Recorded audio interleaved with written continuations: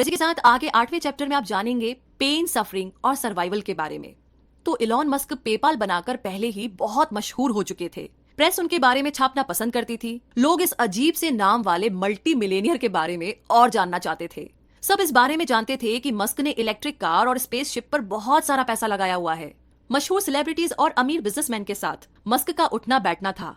तो कुल मिलाकर के वो किसी शोमैन से कम नहीं थे, मगर असलियत में वे परेशानी से गुजर रहे थे। उनकी परेशानी का सबब थी टेस्ला और स्पेस एक्स की फाइनेंशियल हालत। जी हाँ, इलेक्ट्रिक कार प्रोटोटाइप और रॉकेट लॉन्च अटेम्प्ट्स पर उनका बेहिसाब पैसा खर्च हो रहा था और प्रेस भी उनके फेल्ड प्रोडक्ट्स के लिए उनकी जमकर खिंचाई कर रही थी। और इस सबसे बढ़कर परेशानी थी उनकी निजी जिंदगी की मुश्किलें। उनकी पत्नी जस्टिन के साथ उनका रिश्ता लगभग टूटने की कगार पर था। टेस्ला को अपने प्रोटोटाइप रॉडस्टर को रिक्रिएट करने की जरूरत थी। स्पेस एक्स भी फॉल्कन 1 की लॉन्च की तैयारी में था। तो दोनों प्रोजेक्ट्स में मस्क को समय और पैसा दोनों लगाना पड़ रहा था। वे ज्यादातर अब अपने काम में ही बिजी रहते थे और हफ्ते के 7 दिन ऑफिस में रहते थे। घर से उनका नाता लगभग टूट ही गया था। जस्टिन को लगने लगा कि वो मस्क की सिर्फ ट्रॉफी वाइफ बनकर रह गई है, ना कि लाइफ पार्टनर। तो जून 2008 में इलॉन मस्क ने जस्टिन से तलाक लेने के लिए केस फाइल कर दिया। जस्टिन ने अपना दुख खुले आम ब्लॉग में व्यक्त किया। वे अपने ब्लॉग में मस्क और तलाक की प्रोसीडिंग के बारे में अक्सर लिखा करती थी। बिल ली, जो कि मस्क के दोस्त और एक इन्वेस्टर थे, वो इलॉन मस्क की दिमागी हालत को लेकर के बड़े फिक्रमंद थे। उन्होंने मस्क को अपने साथ लंदन में छुट्टियां बिताने के लिए इनवाइट किया। लंदन के स्ट्रिप में मस्क की मुलाकात तालुला रिले से हुई, जो कि बाद में उनकी दूसरी पत्नी बनी।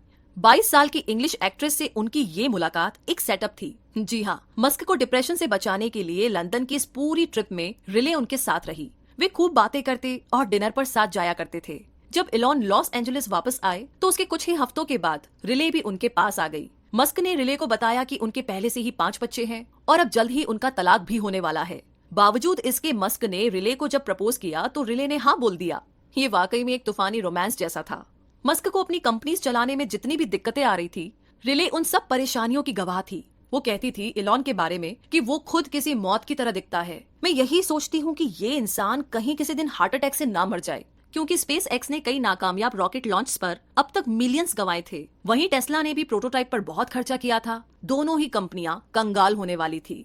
इलॉन मस्क को अपनी कीमती मैकलारेन F1 बेचनी पड़ी, जिस पर उन्हें बहुत नाज था। साल 2008 के आखिर में उन्होंने अपने इन्वेस्टर दोस्तों से स्पेस एक्स और टेस्ला को फंड करने की गुजारिश की। उनकी कंपनी के कुछ एम्प्लॉइज ने इस मुश्किल वक्त में उनका साथ देने के लिए पैसे की पेशकश भी की। इतना ही नहीं, इलॉन मस्क को हर हफ्ते सैलरी देने के लिए पाई पाई जोड़नी पड़ रही थी। तभी इस दौरान नासा कोई कॉन्ट्रैक्टर ढूंढ रहा था जो उसे इंटरनेशनल स्पेस स्टेशन की रीसप्लाई कर सके। मस्क ने इस कॉन्ट्रैक्ट के लिए एड़ी चोटी का जोर लगा दिया ताकि ये स्पेस एक्स को मिल जाए। जहां तक टेस्ला की बात थी, उन्होंने और फंडिंग के लिए इन्वेस्टर से बात की। उन्होंने अपना बचा कुचा पैसा भी इसके लिए लगा दिया। और तो और सोलर सिटी के अपने कुछ स्टॉक्स भी बेच डाले। किस्मत से 23 दिसंबर 2008 में नासा ने खुलासा किया कि उसने अपने ISS प्रोजेक्ट के लिए स्पेस एक्स को चुन लिया है। एजेंसी कुल 12 फ्लाइट्स के लिए उन्हें $1.6 बिलियन दे रही थी। उस वक्त इलॉन मस्क किम्बल के साथ कोलोराडो में छुट्टियां बिताने गए हुए थे। जैसे ही ट्रांजैक्शन का प्रोसेस शुरू हुआ तो इलॉन खुशी से रो पड़े। इलॉन मस्क खाली हाथ अमेरिका में आए थे। उन्होंने अपना एक बच्चा खोया था और उनका तलाक लोगों के लिए मनोरंजन का साधन बना था।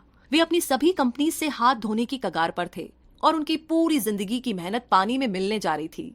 लेकिन इलॉन मस्क बहादुरी के साथ इस दुख भरे दौर से निकलकर बाहर आए। जैसा कि उनके एक दोस्त का कहना था कि जो उसके साथ 2008 में हुआ, कोई और होता तो शायद झेल नहीं पाता। मगर इलॉन मस्क ने ना सिर्फ इसे सहा, बल्कि वे मेहनत करते रहे और अपने इरादों पर डटे रहे।